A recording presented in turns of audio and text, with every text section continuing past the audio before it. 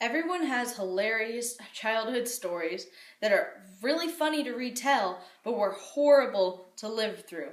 Such was the case with a camping trip I took with my family in October of 2008. Now, when I was younger, we camped an awful lot, usually staying in state parks or just camping out in the backyard. But this camping trip was very, very different from all the other ones we'd taken, especially because of something I had done only 3 days before we left. You know how in the old cartoons, a character could get an anvil dropped on their head and still be fine? That's me. I must have come straight out of a Looney Tune.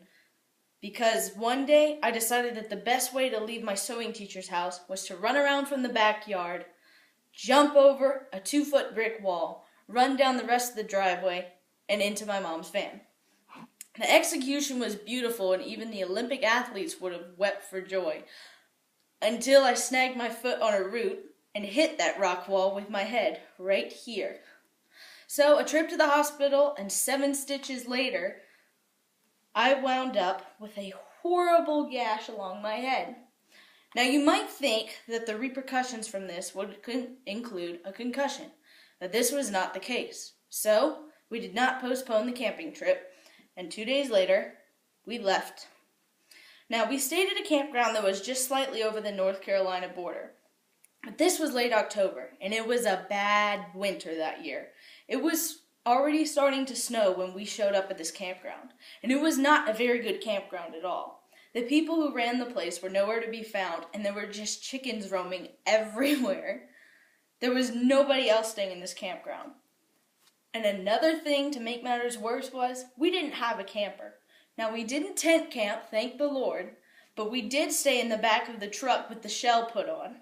I was only 8 years old at the time, and this was a really crazy experience, and we were already begging to go stay at a hotel. But my dad wouldn't hear of it, and we decided to stick the night out. Since we were so little, my brother and I slept next to each other on sleeping bags. We put boards across the top of the bed, and then we laid on that to sleep. Even though it was really cold, we tried to go to bed at a decent time instead of staying up to moan.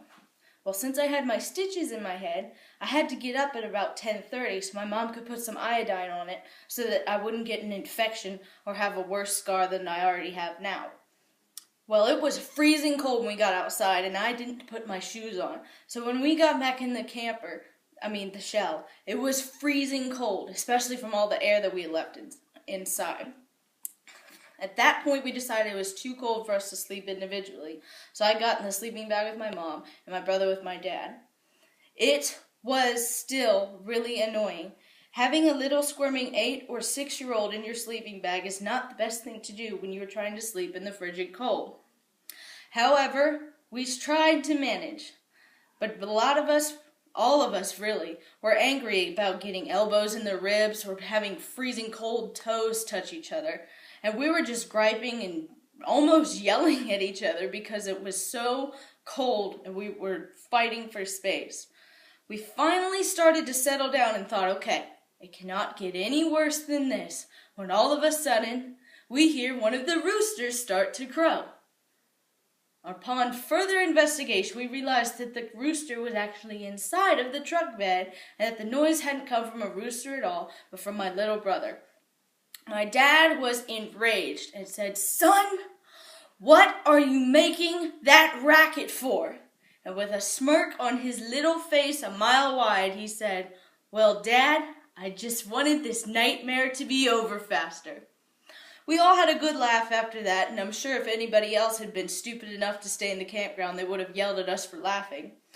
But we got through the night soon after that, and we all fell asleep.